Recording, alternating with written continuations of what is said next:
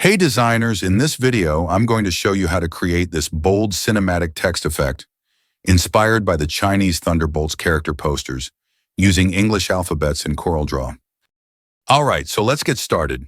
The first thing we need is an image of our main character.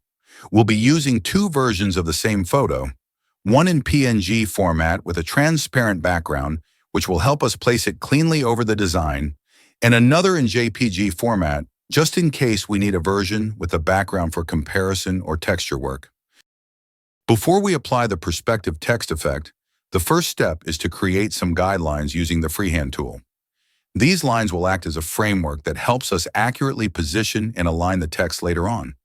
By drawing these reference lines, we can ensure that the perspective effect looks realistic and the text fits perfectly within the desired area.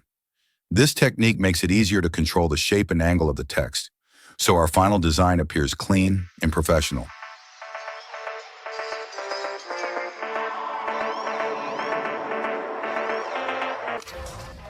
Now we will bring in the text, for which we are using a tall, narrow font to enhance the perspective effect. First, we'll arrange the text into two separate lines, one above the other, according to the guidelines we created earlier. Once the text is positioned, we'll convert it into curves by pressing Ctrl+Q. This step is important because it changes the text from editable format into vector shapes, allowing us to freely manipulate and distort the letters. After that, using the perspective tool, we'll carefully adjust and align the text so that it fits perfectly along the guidelines we drew earlier. This helps give the text a dynamic, 3D-like appearance and ensures that the perspective looks clean and accurate.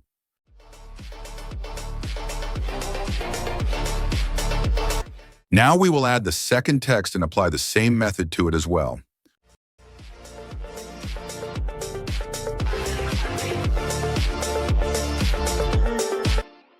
Once the text has been properly positioned and adjusted, we can go ahead and delete all the guidelines to clean up the workspace.